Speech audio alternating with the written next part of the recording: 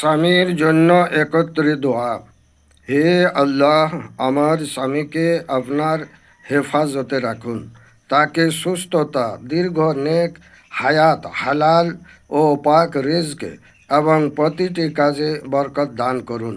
তাকে ঈমান, তাকওয়া, উত্তম চরিত্র ও সৎকর্মের তৌফিক দিন। সকল বিপদ আপদ, রোগ ব্যাধি ও কল্যাণ ও শয়তানের অনিষ্ট থেকে তাকে রক্ষা করুন।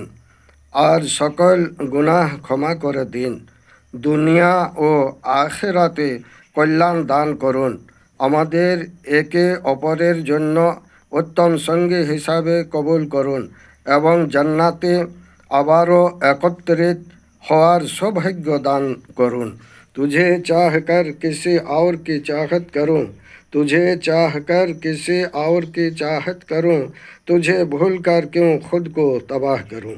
तू ज़िंदगी नहीं इश्क है मेरा, तू ज़िंदगी नहीं इश्क है मेरा, क्यों किसी और को सोच कर मैं गुनाह करूं, क्यों किसी और को सोच कर मैं गुनाह करूं।